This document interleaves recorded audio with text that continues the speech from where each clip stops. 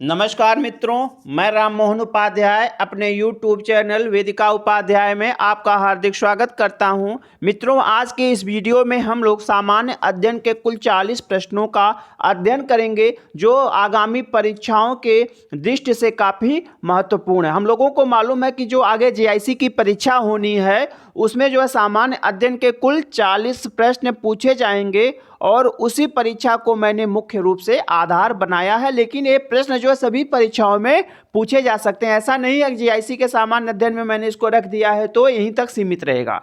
ये सभी परीक्षाओं के दृष्टि से काफ़ी महत्वपूर्ण है।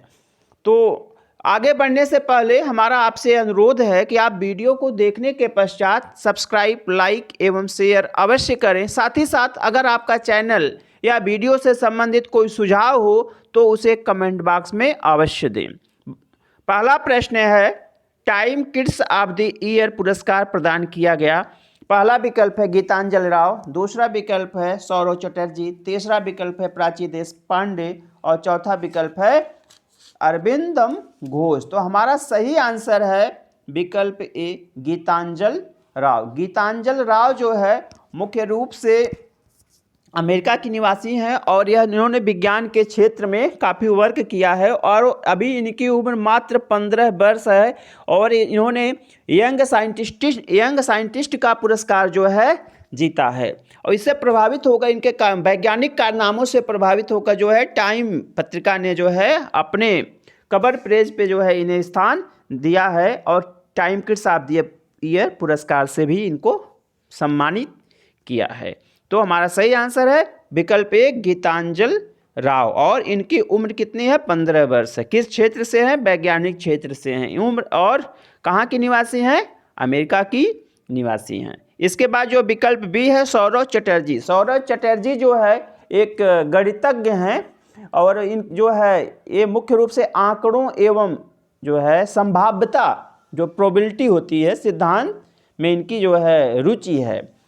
इसके बाद अरविंद घोष के विषय में हम लोग जानते ही हैं कि अरविंद घोष जो एक शिक्षक एवं दार्शनिक थे और क्रांतिकारी विचारधारा से भी प्रभावित थे और बाद में इन्होंने संन्यास ग्रहण कर लिया और पुडुचेरी के उर्बुले आश्रम में यह निवास करने लगे।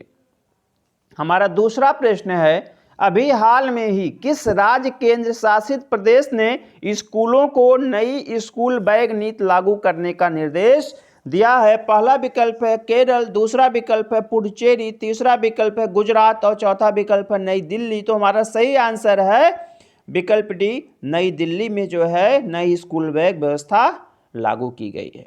हमारा अगला प्रश्न है, देश की पहली Indian institute of earth science university स्थापित की जाएगी। पहला विकल्प है गुजरात, दूसरा विकल्प है राजस्थान, तीसरा विकल्प है झारखंड और चौथा विकल्प है महाराष्ट्र। तो हमारा सही आंसर है विकल्प सी, झारखंड। झारखंड के रांची में जो है इस यूनिवर्सिटी को स्थापित किया जाएगा। हमारा अगला प्रश्न है, महारानी विक्टोरिया के घोषणा पत्र को लॉर्ड कैनिंग ने कहां पर पढ़कर सुनाया था? तो हमारा पहला विकल्प है इलाहाबाद, दूसरा विकल्प है लखनऊ, तीसरा विकल्प है अहमदाबाद और चौथा विकल्प है नई दिल्ली। तो हमारा सही आंसर है विकल्प ए, इलाहाबाद, जिसे अब हम प्रयागराज के नाम से जानते हैं। तो महारानी विक्टोरिया का घोषणा पत्र था जिसे किसने सुनाया था? यह भी प्रश्न जो परीक्षाओं में पूछा जाता, किसने पढ़कर सुनाया था? तो लॉर्ड कैनिंग ने पढ़कर सुनाया था। और कहाँ सुनाया था? इलाहाबाद में सुनाया था। कब सुनाया था?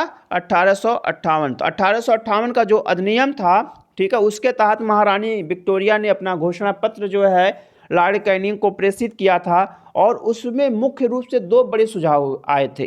पहला कि जो ईस्ट इंडिया कंपनी का शासन वहाँ से समाप्त कर दिया गया इस घोषणा पत्र के द्वारा या भारत शासन अधिनियम 1858 के द्वारा, और भारत का शासन जो है सीधे क्राउन या वहाँ के राजा को सौंप दिया गया। दूसरा ये था कि अब तक भारत में जो है गवर्नर जनरल का पद था और इसके बाद जो है 1858 के अधिनियम के पश्चात या महारानी विक्टोरिया के घोषणा पत्र के पश्चात इसको पदनाम को बदल दिया गया और वह वायसराय कहा जाने लगा। वायसराय परीक्षा में पूछा जाता है भारत का अंतिम गवर्नर जनरल कौन था? तो भारत का अंतिम गवर्नर जनरल कौन था?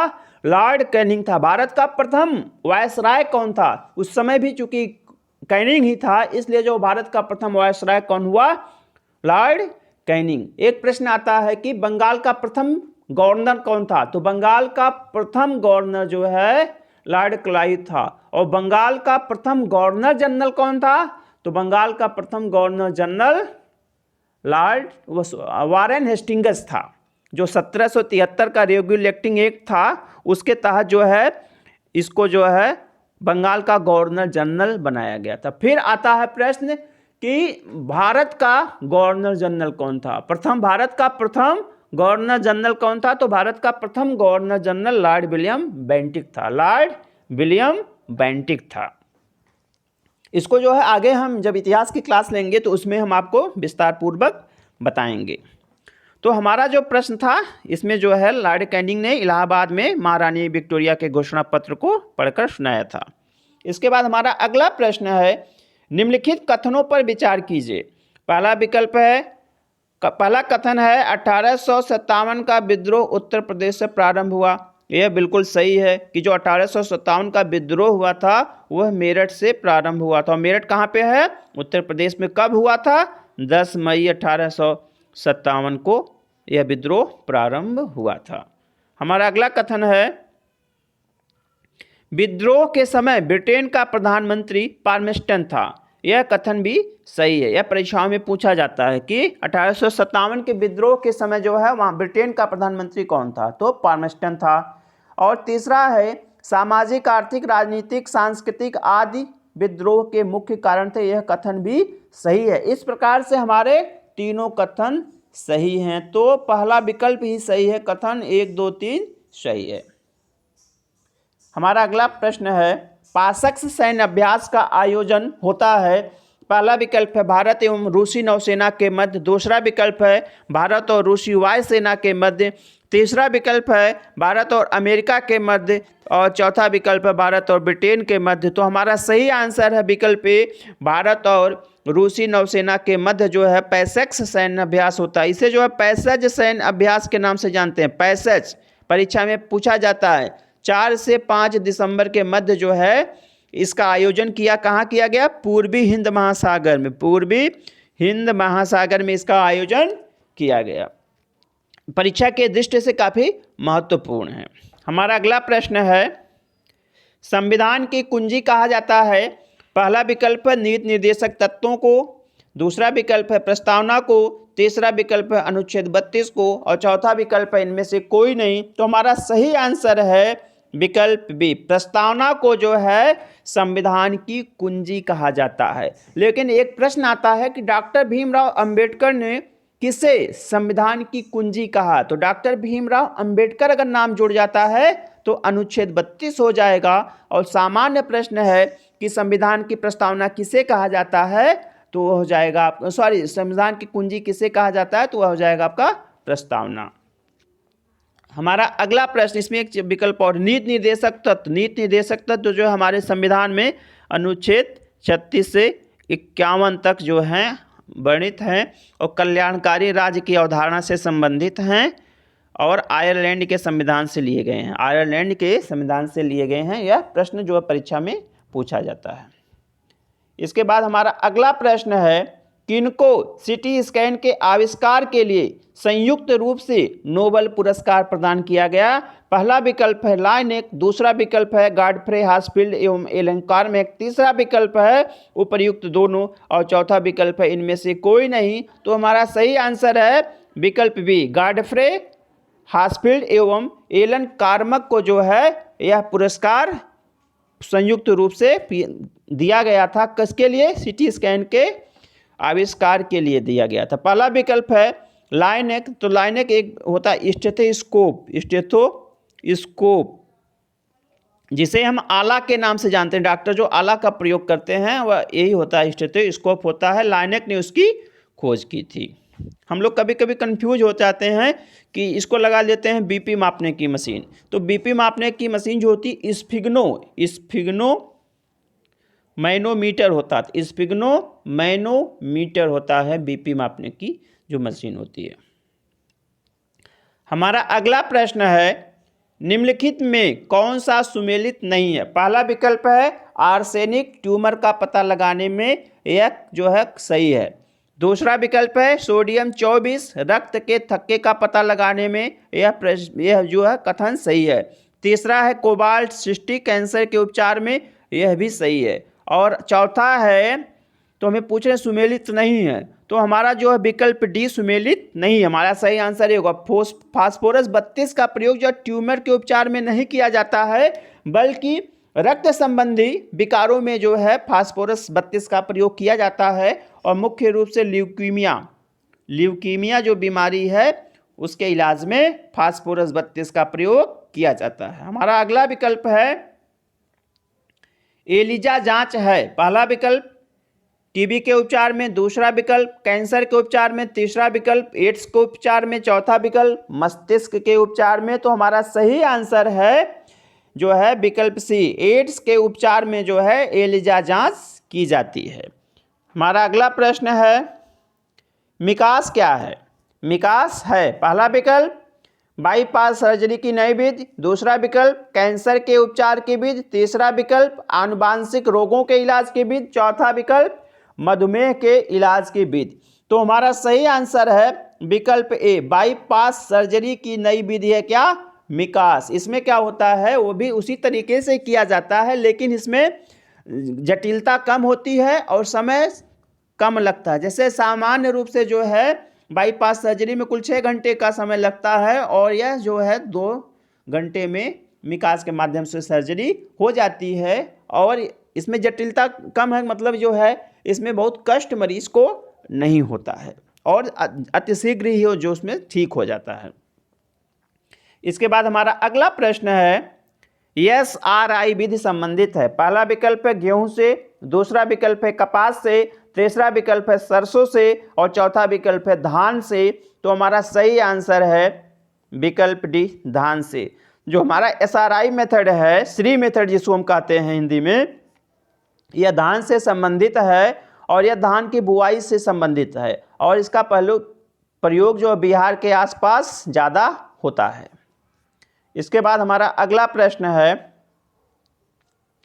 निम्नलिखित में से किस ग्रंथ में कहा गया है कि वे जो संस्कृत भाषा शुद्ध नहीं बोल सकते थे उन्हें मलेच्छ कहा जाता था। इसका जो है कहाँ पे मिलता है, तो पहला मलेच्छ देखना है जो शुद्ध संस्कृत नहीं बोलते थे। तो मतलब मलेच्छ का सबसे पहला प्रयोग कहाँ मिलता है, श्वेताश्वर उपनिषद में, गोपथ ब्राह्मण में, तीसरा है बृहदारण्यक उपनिषद में, और चौथा है शतपथ ब्राह्मण में। तो हमारा सही आंसर है विकल्प डी, शतपथ ब्राह्मण में जो है यह बताया गया है कि जो संस्कृत भाषा शुद्ध नहीं बोल सकते थे उन्हें मलेच्छ कहा जाता है। और शतपथ ब्राह्मण किससे संबंधित है, यजुर्वेद से संबंधित है।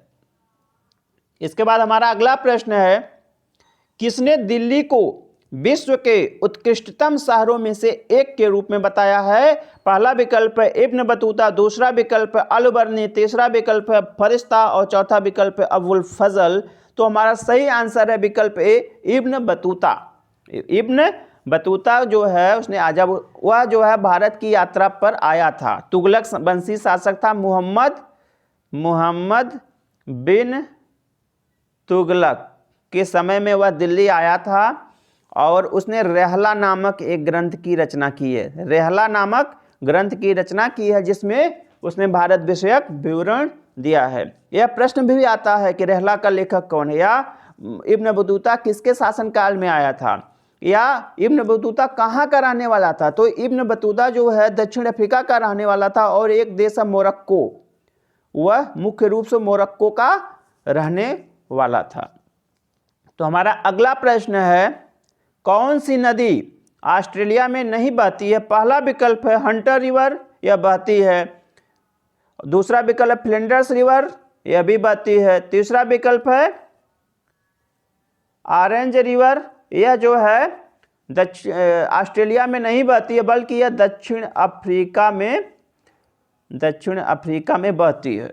इसके बाद गिलबर्ट रिवर, यह भी ऑस्ट्रेलिया में बहती है। हमारा अगला प्रश्न है निम्नलिखित में से किस झील की लवणता सर्वाधिक है। पहला विकल्प है टिटिका का, दूसरा विकल्प है वान, तीसरा है विक्टोरिया, और चौथा है बालकस। तो हमारा सही आंसर है विकल्प बी वान। वान झील जो है तुर्की में अवस्थित है। कहाँ पे है? तुर्की में है। और इसकी लवणता जो है विश्व की सभी झीलों में सबसे अधिक है। 330% जो है यह अधिक लवड़ी है। टीटीकाका जो है सबसे ऊंचाई पर अवस्थित झील है और यह पेरू के आसपास अवस्थित है। और विक्टोरिया झील कहाँ पे है? यह दक्षिण अफ्रीका में है। कहाँ पे? दक्षिण अफ्रीका में अवस्थित है। हमारा अगला प्रश्न है, दक्षिण अटलांटिक महासागर की ठंडी धारा है। तो पहला है बेंगुला धारा, दूसरा विकल्प है अगुल्हास धारा, तीसरा विकल्प है ब्राज़ील धारा और चौथा विकल्प है इनमें से कोई नहीं। तो हमारा सही आंसर है विकल्प ए, बेंगुला धारा जो है दक्षिण अटलांटिक महासागर की ठंडी धारा है। तो हमारा सही आंसर हो गया विकल्प ए। अगर ये पूछ लिया कि ब्राज़ील गर्म धारा आया, चूंकि आप उसके उसमें, तो ब्राज़ील गर्म धारा जो है वह आपकी जो है दक्षिण अटलांटिक महासागर की धारा है और वह गर्म धारा है। इसके बाद विकल्प बी है अगुल्हास धारा, तो यह हिंद महासागर की है। अगुल्हास धारा कहाँ पे है? हिंद महासागर की जो है धारा है और यह गर्म धारा है। इसके बाद हमारा अगला प्रश्न है, निम्नलिखित में से किसने प्लेट विवर्तनिक सिद्धांत का प्रतिपादन किया है? तो पहला विकल्प है हैरी हेस, दूसरा विकल्प है हालम, तीसरा विकल्प है डब्ल्यू.जे. मॉर्गन, चौथा विकल्प इनमें से कोई नहीं। तो हमारा सही आंसर है विकल्प सी, डब्ल्यू.जे. मॉर्गन जो है प्लेट विवर्तनिक सिद्धांत के प्रतिपादक हैं। वैसे जो है देखा जाए तो 1967 में 3 लोगों ने जो है इस सिद्धांत का प्रतिपादन किया था। उनमें से एक हैं मैकेंजी, मॉर्गन और पार्कर। इन 3 लोगों ने जो है प्लेट विवर्तनिक सिद्धांत का प्रतिपादन किया था। अगर एक प्रश्न आता है परीक्षा में कि प्लेट शब्द का सर्वप्रथम प्रयोग किसने किया था, प्लेट शब्द का सर्वप्रथम प्रयोग किसने किया था, तो उनका नाम है जे टूजो विल्सन ने जो है सबसे पहले प्लेट शब्द का प्रयोग किया था। और कब किया था? 1955 में किया था। तो हमारा अगला प्रश्न है, कौन सी नदी धनुषाकार डेल्टा बनाती है? तो पहला विकल्प है मिसिसिपी, दूसरा विकल्प है गंगा, तीसरा विकल्प है नील और चौथा विकल्प है हडसन। तो हमारा सही आंसर है विकल्प सी, नील। नील नदी जो है धनुषाकार या चापाकार डेल्टा बनाती है। जो विश्व की जो चापाकार या धनुषाकार डेल्टा बनाने वाली नदियां हैं उनमें से नील नदी हो गई, राइन नदी हो गई, इरावती नदी जो है बर्मा में है, इरावती नदी हो गई, बोलगा नदी है, एक बोलगा नदी है, डेन्यूब नदी है, सिंधु नदी है। ये सब जो है धनुषाकार या जो है चापाकार डेल्टा बनाती है। चापाकार या धनुषाकार डेल्टा होता क्या है? तो जो जल नदी होती है, तो ठीक है, जल नदी की जो मुख्य धारा अवसादों का निक्षेपण बीच में अधिक, नदी की जो जल नदी की मुख्य धारा जो होती है अवसादों का निक्षेपण बीच में अधिक तथा किनारों पर सक्रिय रूप में जब होता है तो उसे ही धनुषाकार डेल्टा कहते हैं। इसके बाद हमारा अगला प्रश्न है, निम्नलिखित देशों में से किसमें एक परंपरागत अधिवास को कामपुंग नाम से जाना जाता है? तो हमारा पहला विकल्प है इंडोनेशिया, दूसरा विकल्प है म्यांमार, तीसरा विकल्प है मलेशिया और चौथा विकल्प है थाईलैंड। तो हमारा सही आंसर है इंडोनेशिया में जो परंपरागत अधिवास होते हैं उन्हें कामपुंग नाम से जाना जाता है। हमारा अगला प्रश्न है, दक्षिणेश्वर संबंधित है। पहला विकल्प महर्षि दयानंद, दूसरा विकल्प रविन्द्रनाथ टैगोर, तीसरा विकल्प रामकृष्ण परमहंस, चौथा विकल्प अरबिंदो। तो हमारा सही आंसर है विकल्प सी, रामकृष्ण परमहंस। दक्षिणेश्वर जो है किससे संबंधित है? रामकृष्ण परमहंस से संबंधित है। उन्हें दक्षिणेश्वर के संत कहा जाता है। दक्षिणेश्वर का संत किसे कहा जाता है? यह भी परीक्षाओं में पूछा जाता है। तो रामकृष्ण परमहंस को ही दक्षिणेश्वर का संत कहा जाता है। हमारा अगला प्रश्न है 1891 में जनगणना आयुक्त थे। पहला विकल्प बेंस, दूसरा विकल्प प्लोडन, तीसरा विकल्प रिजले और चौथा विकल्प गेट। तो हमारा सही आंसर है विकल्प ए। 1891 में जनगणना आयुक्त कौन था? बेंस महोदय थे। इसके बाद हमारा अगला प्रश्न है प्रधानमंत्री द्वारा कब बेटी बचाओ बेटी पढ़ाओ का शुभारंभ किया गया? तो इसमें थोड़ा सा यहाँ पे गैप हो गया है।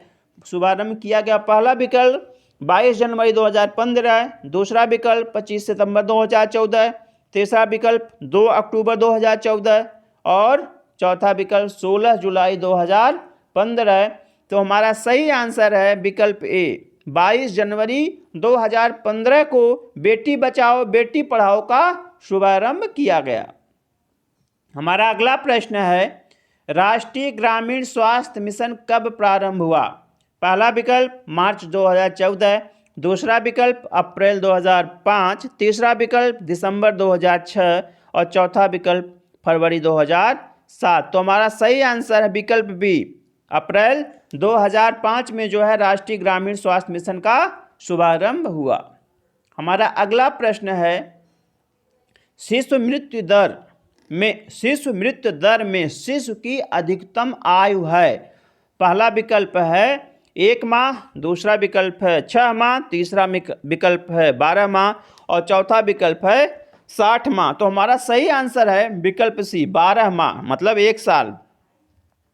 शिशु मृत्यु दर होती है 1000 जन्मे शिशुओं में जो है 1 वर्ष या इसके कम उम्र के जो मृत्यु होती है उसे शिशु मृत्यु दर बोलते हैं। और कितने पे? 1000 पे। यह इम्पॉर्टेंट है। तो हमारा सही आंसर है 1 साल या 12 माह। इसके बाद हमारा अगला प्रश्न है किस संविधान संशोधन द्वारा केंद्रीय मंत्रियों की संख्या लोकसभा की कुल सदस्य संख्या के 15% पर सीमित कर दी गई है? आपने देखा होगा कि आज मतलब अभी कुछ समय पहले तक जो है क्या होता था कि मंत्री जो है असीमित बना दिए जाते थे। इसलिए जो है इस पे जो है एक कानून बनाया गया, इस संविधान में संशोधन किया गया और उनकी संख्या कितनी सीमित कर दी गई? 15%। तो हमारा पहला विकल्प है 91वां संविधान संशोधन, दूसरा है 92वां संविधान संशोधन, तीसरा है 93वां संविधान संशोधन और चौथा इनमें से कोई नहीं। तो हमारा सही आंसर है विकल्प ए 91वां संविधान संशोधन जो है उसमें 15% जो है लोकसभा की कुल सदस्य संख्या जो मंत्री होते थे उनकी संख्या सीमित कर दी गई। हमारा अगला प्रश्न है तिलक को भारतीय अशांति का जनक की संज्ञा किसने दी है? पहला विकल्प है वैलेंटाइन चिरोल या सिरोल भी कहीं कहीं से लिखा जाता है, चिरोल या सिरोल दोनों होता है। दूसरा है वर्ड्सवर्थ, तीसरा है एनी बेसेंट, चौथा है इनमें से कोई नहीं।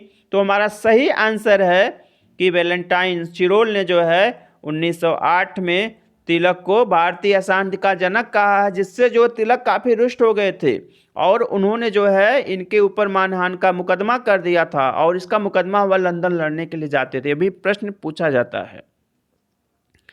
हमारा अगला प्रश्न है निम्नलिखित में सही कथनों का चुनाव कीजिए। पहला विकल्प है इंस्पायर कार्यक्रम भारत के विज्ञान एवं प्रौद्योगिकी मंत्रालय द्वारा चलाया गया है। यह कथन सही है। दूसरा कथन है इसका उद्देश्य विज्ञान के क्षेत्र में बेहतरीन कार्य करने वाले प्रतिभाशाली बालकों को प्रोत्साहन देना। तो यह कथन भी सही है। तो इस प्रकार से हमारा कथन 1 और 2 दोनों सही है। हमारा सही आंसर है विकल्प ए, दोनों कथन सही हैं। ये इंस्पायर का फुल फॉर्म भी किसी परीक्षा में पूछा गया था अभी जल्दी ही। तो इसमें है innovation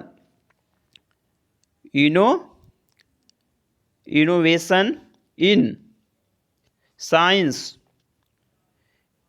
science pursuit for inspire inspire research. यह महत्वपूर्ण है, इसे आप देख लीजिएगा। यह मेंस और प्री दोनों के लिए ही अगर लेकिन आएगा, इम्पॉर्टेंट हो सकता है। हमारा अगला प्रश्न है, 1 ग्राम कार्बोहाइड्रेट से शरीर को कितनी ऊर्जा प्राप्त होती है? तो हमारा पहला विकल्प है 3.1 कैलोरी, दूसरा विकल्प है 4.1 कैलोरी, तीसरा विकल्प है 5.1 कैलोरी और चौथा विकल्प है 9.3 कैलोरी। तो हमारा सही आंसर है विकल्प बी, 4.1 कैलोरी जो है 1 ग्राम कार्बोहाइड्रेट से ऊर्जा प्राप्त होती है। इसके बाद जो है हमारा अगला प्रश्न है, ए बी से 5 वर्ष छोटा है, बी सी से 3 गुना बड़ा है। यदि सी 4 वर्ष पूर्व 10 वर्ष का था तो ए की आयु 6 वर्ष बाद होगी।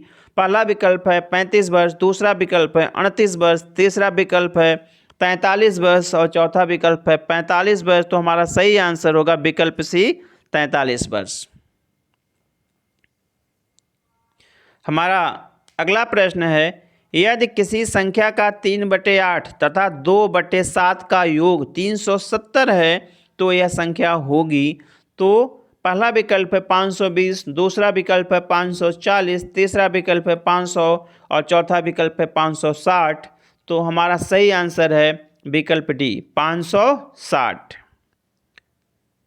हमारा अगला प्रश्न है, एक समबाहुभुज में जिसका प्रत्येक कोण 156 डिग्री हो उसमें भुजाएं होंगी। पहला विकल्प है 10, दूसरा विकल्प है 12, तीसरा विकल्प है 14 और चौथा विकल्प है 15। तो हमारा सही आंसर है विकल्प डी, 15। हमारा अगला प्रश्न है, निम्नलिखित श्रेणी में लुप्त अक्षर है, AZEVJ, आगे क्वेश्चन मार्क है। तो हमारा सही आंसर होगा विकल्प ए, क्यू। इसके बाद हमारा अगला प्रश्न है, बी की आयु ए की दुगनी किंतु एफ की आधी है, सी की आयु का आधा है, सी ए की आयु का आधा है किंतु डी से दुगना बड़ा है। तो कौन से दो लोग अधिकतम एवं न्यूनतम आयु वाले हैं? तो पहला विकल्प है एफ और ए, दूसरा विकल्प है एफ और डी, तीसरा विकल्प है एफ और बी, चौथा विकल्प है एफ और सी। तो हमारा सही आंसर है विकल्प बी, एफ और डी। इसके बाद हमारा अगला प्रश्न है, विश्व कंप्यूटर साक्षरता दिवस मनाया जाता है। पहला विकल्प है 2 दिसंबर, दूसरा विकल्प है 5 जुलाई, तीसरा विकल्प है 14 नवंबर और चौथा विकल्प 3 नवंबर। हमारा सही आंसर है विकल्प ए, 2 दिसंबर को विश्व कंप्यूटर साक्षरता दिवस मनाया जाता है।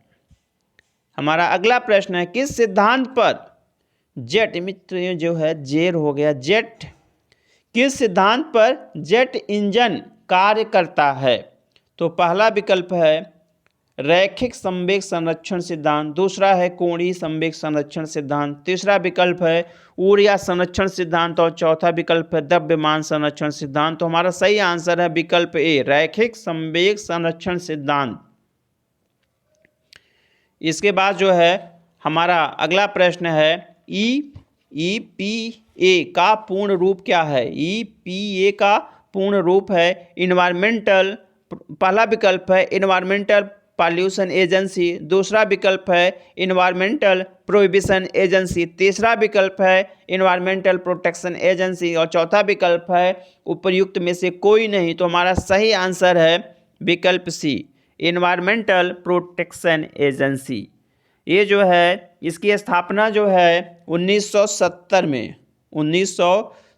में की गई थी। किसके द्वारा? संयुक्त राज्य अमेरिका में। यह संयुक्त राज्य अमेरिका की एक एजेंसी है। EPA, इन्वायरमेंटल प्रोटेक्शन एजेंसी, 1970 में इसकी स्थापना की गई थी। हमारा अगला प्रश्न है, भारतीय संसद द्वारा जैव विविधता अधिनियम पारित किया गया। पहला विकल्प है मई 2020 में, दूसरा विकल्प है दिसंबर 2002 में, तीसरा विकल्प है जनवरी 2004 में और चौथा विकल्प है अक्टूबर 2008 में। तो हमारा सही आंसर है विकल्प बी, दिसंबर 2002 में जो है भारतीय संसद द्वारा जैव विविधता अधिनियम पारित किया गया था। इसकी तिथि है 11 दिसंबर। 11 दिसंबर 2002 में जो है क्या पारित किया गया था? जैव विविधता अधिनियम। किसके द्वारा? भारतीय संसद के द्वारा। हमारा अगला प्रश्न है, स्प्रिंगिंग टाइगर पुस्तक जीवनी है। पहला विकल्प है भगत सिंह, दूसरा विकल्प है सुभाष चंद्र बोस, तीसरा विकल्प है चंद्रशेखर आजाद और चौथा विकल्प है रामप्रसाद बिस्मिल। तो हमारा सही आंसर है विकल्प बी, सुभाष चंद्र बोस। सुभाष चंद्र बोस की जीवनी जो है स्प्रिंगिंग टाइगर है। और एक है ह्यूग टोए जो है इसके रचनाकार हैं। स्प्रिंगिंग टाइगर का लेखक कौन है? ह्यूग टोए हैं। और यह पुस्तक किसकी जीवनी है? सुभाष चंद्र बोस की जीवनी। परीक्षाओं में बहुत बार यह प्रश्न पूछा गया है। हमारा 40वां एवं अंतिम प्रश्न है, भोजशाला मंदिर की अधिष्ठात्री देवी हैं। पहला विकल्प है भगवती दुर्गा, दूसरा विकल्प है भगवती पार्वती, तीसरा विकल्प है भगवती लक्ष्मी और चौथा विकल्प है भगवती सरस्वती। तो हमारा सही आंसर है विकल्प डी, भगवती सरस्वती जो है भोजशाला मंदिर की अधिष्ठात्री देवी हैं। तो मित्रों, इस प्रकार से आज की वीडियो में मैंने कुल 40 प्रश्नों को रखा था जो आगामी परीक्षाओं के दृष्टि से काफ़ी महत्वपूर्ण हैं। ये प्रश्न किसी न किसी रूप में परीक्षा में पूछे जाते हैं। तो मित्रों, आज की वीडियो मैं यहीं पे समाप्त करता हूं और आप लोगों को बहुत बहुत धन्यवाद। नमस्कार।